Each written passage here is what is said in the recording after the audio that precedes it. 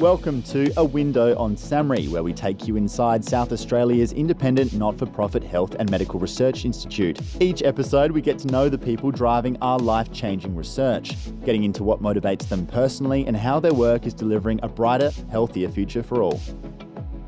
Matt, what is it that's brought the three of you guys together? Oh, look, the three of us, it must be 6, 7, 8 years, somewhere between that. I think that the three of us have been working together. And I think we're together because we have a really clear idea of what we'd like to see in the world. We think that there's a huge gap, which is that the promotion of mental well-being has been basically completely overlooked. And we think there's some really practical solutions that can quickly and realistically mend that gap. What do you think, Mon? Yeah, look, I completely agree. I think we definitely share a sense of purpose which energizes the three of us. I think we're all aligned on what gets us out of bed in the morning to do this work, and that's what brings the energy to keep going with this after all these years. Like, it's pretty unheard of, even 8 years in, to still be working You feel together. old yet? Yes, yes. I've got more grey hair. No, anyway, yes. And you, what's inspired your drive to want to help build people's well-being? It's a bit of a balance between a personal family history, where mental health has always been a big thing throughout my entire upbringing, but also generally just a bit of just life opening up opportunities here and there. I didn't think I would be ending up at SAHMRI when I arrived in Australia. I kind of came here on a whim with my partner. So there's a bit of a personal story and a shared purpose, but also a little bit of just you vibe with the people that you meet and you stick it out because you really like working together. And just tell us a bit about that personal story. So my family is quite riddled with interesting mental health experiences. So my parents have all had mental illness. Some of my siblings do. So it's kind of been a part of me growing up. And at sometimes that was quite severe. So particularly on my mother's side, because she has schizophrenia. So she had periods where it was quite difficult to kind of just live. So that makes it very easy to see what the impact of poor mental health is, particularly if it just affects you personally. And I think a lot of stories of researchers and scientists, and I guess people who work within a specific space, they're often driven by what happens in their personal life. And yeah, I'm no different in that space. How has it impacted you on a personal level throughout your life? I think it allowed me to, one, not necessarily see mental health as something that's just a bad thing, particularly because, when you see your mother or your siblings in a bad state, you don't tend to think of them as just something that you can very easily push aside. Whereas if it's something that doesn't live in your family, it's quite easy to just kind of ignore it. So for me, it has made me be much more open to actually seeing other people's perspectives when it comes to mental health in general. But it also forced me to kind of grow up a little bit faster. I had to take care of my siblings at certain points in time. So yeah, it kind of shaped me in the person who I am, I guess. But rather than go the clinical route, you're looking at research, you're looking at changing structures and the system at large. Matt, why do you think that's important, and why are you guys so focused on that approach? There's probably two reasons. I think the first reason is a little bit alluding to probably what Joep was mentioning, this idea that if you are someone diagnosed with, a chronic mental illness or something that might be recurrent, so it's going to keep coming back in your life, it's not something you can just sort of be cured of. Well, then the current system, which is really about symptoms and managing and reducing symptoms, that's not going to get you to wellness or, to well-being. And so the idea is that there are lots of things we could be doing, obviously in complement to managing symptoms, to actually be looking to try and define what does a good life look like for someone with a chronic mental illness. So that's the first bit that we think is missing. But the second, which is probably more of our work, is around those people who have a low level of well-being but wouldn't, be diagnosed with a mental illness. And so for that group of people, they called the languishing group, people that for whom life just isn't going that well. They don't have a sense of purpose or direction. They don't have maybe close relationships. They're not really satisfied with their life. There's a lot of people in our society that kind of fit that description. And for them, there's actually not that much available to them in terms of services. And that's where I think the bulk of our work comes in, which is, can we deliver psychological skills training to that group of people to help improve their level of well-being as a protective factor? You know, not only is it valuable in its own right to have a high level of well-being, but we know that it's also going to protect you from a future mental illness as well. Yeah, because if you're not proactive at that stage, it's going to greatly increase the likelihood of people who are languishing ending up in that crisis zone. And then what we see now, which is overburdening of those services at the crisis end because we can't keep up with demand. So if we can do more work along the mental health continuum and prevent more people from getting to the stage where they are suicidal or they need to be hospitalized, then it's going to alleviate that pressure across the board. And it seems like we really do suffer as a society from not having enough of those resources and services. And even if people go to the GP and get a mental health plan and then check in to see a psychologist 3 months down the line, they're kind of left with that gap of, okay, we'll see you in 3 months, and that's a long time. So it seems like there's such a need for those services that do bridge that gap, that help people from ending up in a place where they feel like they desperately need help, but also can give people options that aren't just go and see a psychologist when one becomes available. It's a different thing, you know. Just going with what you said. It's also, there's a difference, I guess, between thinking about your life and thinking, what do I not want in my life? That's valuable. But what do I want my life to look like? And I think this shift from, you know, symptoms only now to well-being, it actually represents that. And talking about our origins, when I was first at SAHMRI in 2015, I saw Monique give a speech in the auditorium at the launch of this new team. And it was all about that, this idea of like, what does a good life look like? And how can you find that for yourself? And basically when I saw that, I kind of submitted my application to try and work with these guys. Yeah. Nice. Do you remember that speech, Mon? Yes, I remember the launch. So I was emceeing, I think, the launch of the Wellbeing and Resilience Centre, which is what the team sort of started out to be. And I think, yeah, essentially what sort of drew me to that point, not dissimilar to what Joep was saying, there's always personal drivers, I think, for all of us. And I think, you know, case in point to what Matt was saying before, like I have to work relatively hard on being mentally well to not fall into or fall back into a state of illness. And I think the work that we do is saying you don't have to wait till you're in that state to work on it.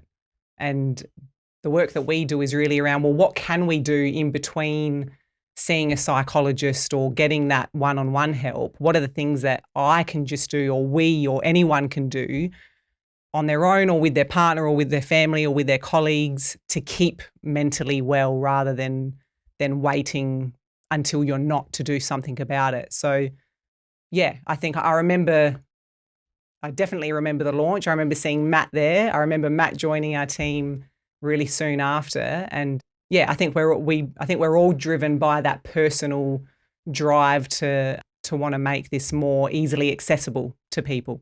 So have you had your own mental health struggles that have underpinned what you do now? Yeah. And I mean, I think most people know this. It's not a secret. Pretty much from a young age, I've had what's called panic disorder, or, you know, it's essentially an anxiety disorder, a string of, you know, family tragedies. You know, the first one was losing my mum at a young age. So it's not, you know, it's pretty easy to understand sort of how A can lead to B. But I was pretty determined even from a young age to not let experiencing a mental illness, be the only thing that sort of defines me. And it is possible to, you know, to work at it and become stronger because of it. So a lot of people with, I think, mental illness say that it's actually made them stronger mentally, because if I wasn't susceptible to falling back into that point, I probably would never have worked on these skills and yeah. So what, you know, having to work on these skills actually makes you mentally stronger than if you had never had that experience to begin with. But you don't need to have that experience in order to apply these skills, I think is also, yeah. So some of these tools are ones that you've used yourself throughout your life, and then somewhere along the line you thought about, what can I do to try to push this on to other people, perhaps in a different sort of a way to what's currently out there? Because you have a background as a chartered accountant. Yeah, and it was probably through my workplace that I got access to a lot of this, which made me think back then, why can't the workplace be a vehicle for change? It doesn't mean that someone has to only deal with something privately or personally. So I think that's where together we thought, well, the workplace or a community setting or a group, whatever it may be, can be a really valuable vehicle for people to learn this stuff. And perhaps up until COVID happened, workplaces are pretty stuck in their ways, pretty much been the same for decades in terms of rock up, do the 9 to 5, or in some cases do a 7 till 10 and sort of get your pay and shut up, and we don't really want to hear about if you're having a hard time with it or not. So how hard has it been to start to create change in that space and to get businesses to a point where they're starting to think differently and they're actually understanding that it's going to be better for their bottom line if they're taking better care of their people? I think COVID has mainly propelled it into awareness in the general population, but I'm not necessarily convinced it has made a big change in policy across the workplace. I think a lot of the more inspiring leaders were already thinking about how they could kind of tap into mental health as a way to improve the productivity of their workforce. And they already realized before COVID that there were gaps that they needed to address, but also that just investing in the well-being of people around them was good for their legacy in general. I'm not yet convinced that COVID has really brought on a lot of change, particularly when it comes to preventative mental health promotion action, which is really what we play in. It's still quite reactive. Yeah, I guess the only difference I was speaking to there was with the work from home scenario. It's been a major change that we can see, where a lot of places are still somewhat sticking to that. And before that, perhaps we hadn't seen really any change, certainly in my lifetime. So where are you guys at with trying to push this mission? I know it's a bit of an uphill battle, and certainly anything worth doing isn't easy, and you've been at it for quite some time. What are you finding are the biggest obstacles that you're working through? Probably the big change since COVID has been that wellbeing is actually considered legitimate, I would say. Whether that's created change, I guess, is a question like what you asked. But wellbeing, I think when we started and when I heard Monique speaking, I think wellbeing was like a mumbo jumbo word, basically. Like, it wasn't valued, it wasn't respected at all. And since then, like Oxford has a wellbeing research team, Cambridge has one, Harvard has one. Yeah. It's all about well-being, and sometimes they call it happiness, but they really mean, I guess, what we mean by well-being. So there's a legitimacy thing, I think, which has changed. But now I think for us, it's about, the three of us and the rest of our colleagues are very practical. We want to see real change in the real world. And I think, we're starting to see, we're getting invited to more things, I guess, like commissions and policy sessions and things like that. So we're starting to see a bit of shift there. But I guess it's worth recognizing that we also have a lot of clients who are investing in this in their staff as well. What are the biggest challenges, Mon? Yeah, I think, say 8 years ago it was, what is wellbeing? Why should we care?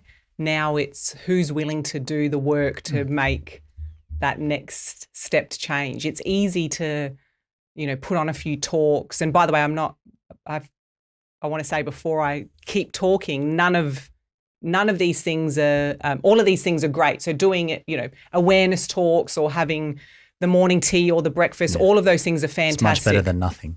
And raising awareness is really, really important. But you need to go a step beyond that. It's still a challenge to say, okay, how do we actually get people doing some of the work in learning these skills, embedding them in the workplace, having some policy change at the organizational level? Like that's kind of the next chapter. And it can take, each chapter might be a 10-year chapter.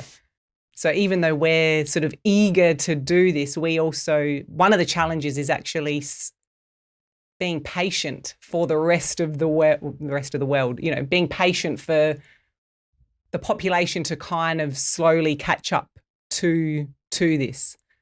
And that's a problem within research in general, right? So Yeah, I was going to say you sound like such a scientist. Yeah, exactly, because they often try and push. I'm not a scientist, by the way. No, they try and push new ideas, and then they kind of are left asking, why is no one picking this up? But sometimes it just needs time for it to be picked up. And as Matt said in the beginning, well-being, even in our academic circles, was very much frowned upon, whereas now large NGOs, peak bodies are actively investigating it as a thing that they need to invest in. So they're starting to change their strategy to include well-being as its own target area. So rather than just saying, look, I'm going to focus on symptoms of illness, they're starting to realize that there's aspects of well-being that they should be developing policy for. And that's being done within workplaces, but you can also see it in government policy. Yeah, so we get the feeling you're not going to go back now, that the door's been opened and it has been legitimized, and it's turning from nice to have bit of a airy-fairy kind of concept to something that's essential that more and more businesses are adopting. So you guys are in at the ground floor at the right time. I know you've been in for a while, but why is it so exciting to be leading this roller coaster? I know some days it isn't, but if you think about it overall. It's quite cool that within Adelaide, when you look at the mental health research space, SA plays a very small role. We really have an uphill battle when it comes to Victoria and New South Wales. And it's just really cool to see other states actively look at what we're doing here and what we're trying to push.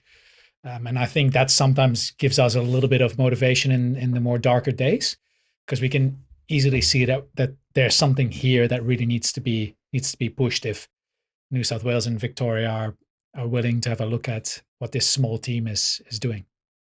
And you guys have made this from the ground up. I know you're not the only ones in the Be Well Co team. There's plenty of other people who are part of it as well, but there's something special about actually creating something that's your own, that's creating positive change. It's a very difficult and quite unique thing to do. So what does it mean to you to have that as part of your lives? It means a lot. I think, especially the creation thing, I think it's worth mentioning. We intentionally as a team have a foot in both camps, like in the research, one foot in the research world and one in, I guess, the business world. And that's really on purpose, basically, because we know that when you're just a researcher, it is slow. It's slow for people to adopt what you're working on, even and if hard to translate. It's absolutely hard to translate. And so having our own sort of dissemination vehicle, which is the other foot, is really working, basically. And I think they work together.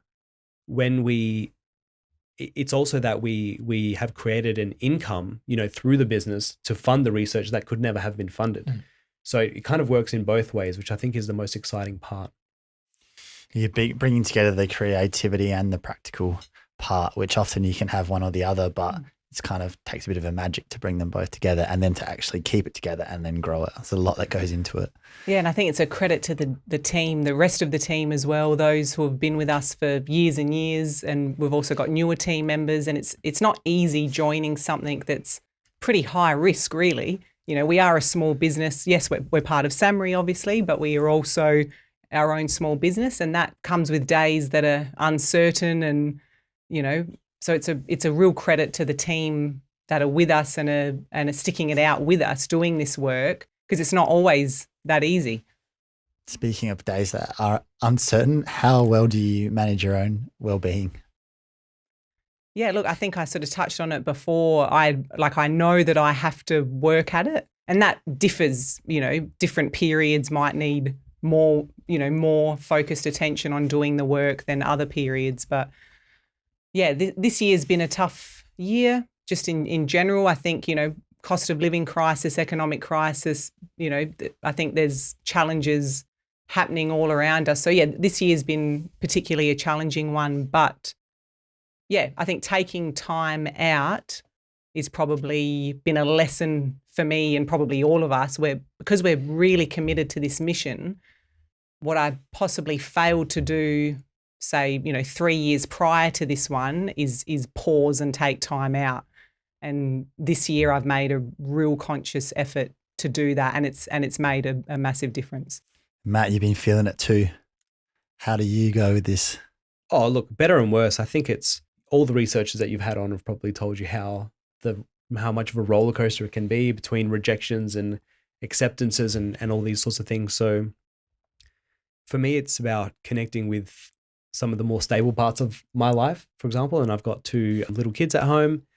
So for me, basically time spent with them where, again, I'm really intentional about putting away any work stuff is just a really nice way basically to remember that I'm not just a researcher, when all of us are not, obviously we've got full lives full of other things. And so connecting to those other parts that make my life, give me direction and give me fun and enjoyment and fulfillment is really what I'm all about. Nice. How much do you feel like you can exercise those things that you preach, Joep? This year, much more than before. I think it kind of speaks to the whole narrative so far. This year has been more challenging on a professional level, I guess, for us. We've been really trying to push a couple of different avenues, and it's been putting a lot of pressure on us. So it's been, for me, it's actually made me realize that I need, as Mon said, to take some time out, but also to actively put the things that we teach in my own life. So before that, I may have done it ad hoc, and we do it quite a lot within our team. So we try and push some of the messages within our own team culture. But this year, I've kind of had to consciously say, okay, I do need to prioritize my own sleep. That's one of the big things for me. Even if maybe my physical health, my physical activity level needs to take a bit of a hit. I've had to really become a bit more conscious about where I need to invest my time. And I think so far it's been working. But yeah, we're not at the end of the year yet.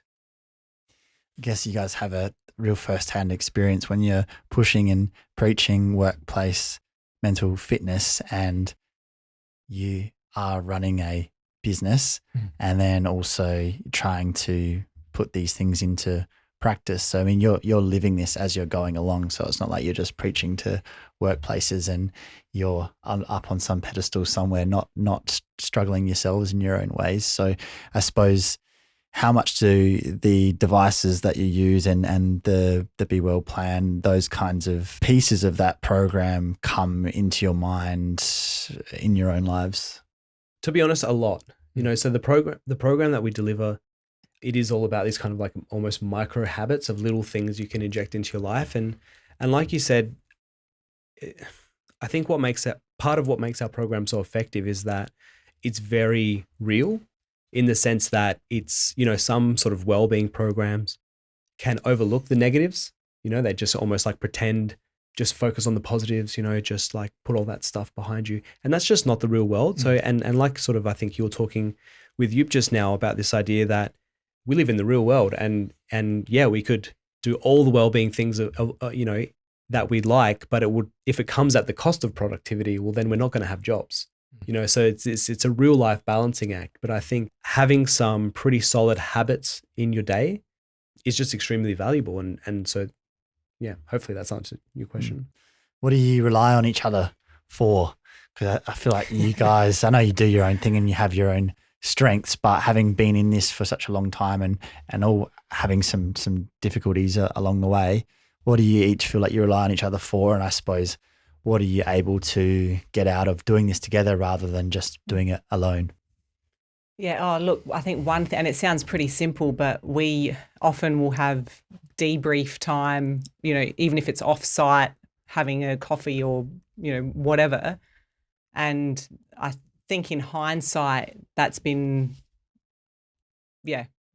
game changer in terms of, if you can't openly have debrief conversations and trusting conversations together while going through this process, then you would feel like you're really at it alone, but we're not. We're sort of in this together. So coming together and having those open conversations has been really, really, really valuable. And that's not just with the three of us, that's with the entire team. So we deliberately try and not have a very hierarchical structure. We want people to talk amongst one another, particularly when times are tougher, just so we can actually figure out when something isn't going right or when something is really going well, and we can actually play in on it.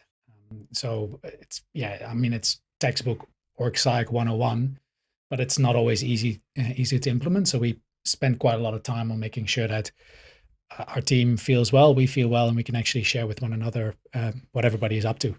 Because when you're in a bit more of a difficult period, when you're waiting for a grant to come through, you do need to rely on one another to have a bit of fun and a bit of optimistic play around what's going on, because otherwise, it all becomes quite gloomy very fast. Yeah, and that's the beauty of being at SAHMRI, of course.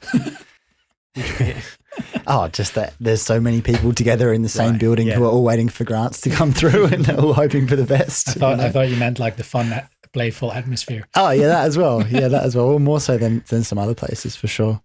I still describe you guys as young go-getters. Is that still true? Do you feel like you're still young go-getters? Not 40 yet.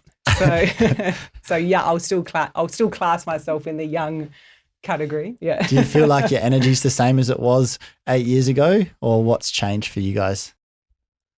Kids. Sorry to butt in. Yeah. No, I was just going to say, energy-wise, yes. However, I think kids just add a whole new dimension. Kids are very demanding and commanding of energy. So that's probably been a factor that wasn't there when we first started this years back. And has that changed how you think about your work as well, the fact that you do have kids now? And I work think in mental health?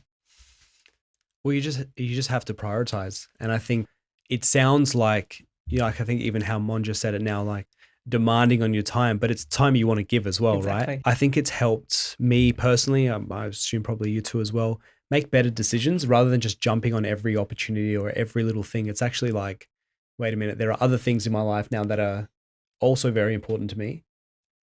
And so prioritizing and making sure that we're spending our time effectively, I think has been really important. What are you doing when you're not at work, Joep? I think I work a little bit too much. No, I like to run generally, so that's one of the ways how I can get my energy out. I also have a young family. Our entire team is pretty much young parents. In the trenches? Is that what in the it is? trenches? Yes. No, it's so I spend a lot of time, try and deliberately make a lot of time for family here.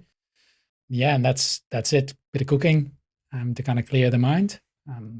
But yeah, it's very, very simple existence. Simple is good. So what does success look like for all this? If I can butt into that one. Yeah. Excuse me. I think for us, the idea has always been we want to try and get our solutions and generally the research that we do out to as many people as possible.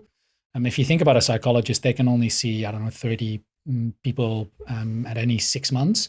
We deliberately try and reach as many people as we can. So whatever the future may hold for BeWellCo, the idea really is to set it up to get our things out to as many people as possible so they're universally useful to as many people as possible. So it's a bit of a vague answer, but it gives a lot of opportunities. So we are not really wedded to one path. We're really trying to bring the BeWell plan and our measurement platform out into the real world as fast as we can. What do you want to be able to look back and say about BeWellCo and working in this space?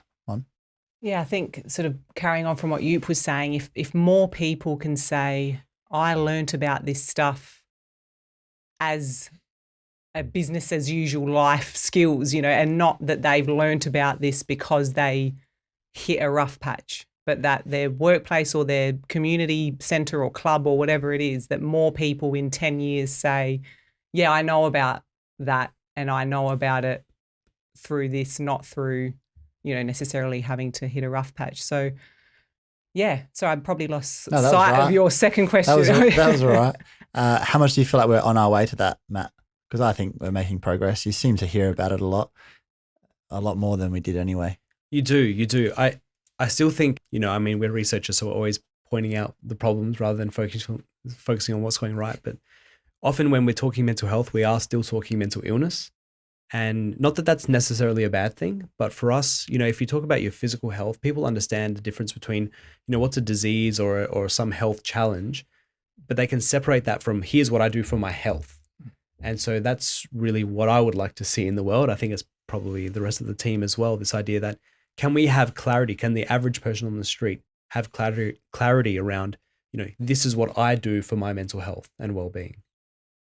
I think proactive mental health is a massive part of the puzzle that has been very much underserviced, and I'm very glad that people like yourselves are working on making this happen, because I think it's something that's sorely needed, and we need to think outside of the box and not just keep banging our head against the wall doing the same thing that we've been doing for a long time that hasn't been working, but I think of more creative solutions that also have a practical application and are going to work as part of a lifestyle and actually become part of culture and make sense, both from a business standpoint and a personal well-being standpoint. So keep going. Another 10 years after that, till the job is done. Eh? But, so we'll talk to you in 20 years. Yeah. I won't be calling you young go-getters then. Cool. All right. Thanks, guys. If you want to learn more about SAHMRI and the researchers working to build a brighter, healthier future for you and your family, head to samhri.org.au.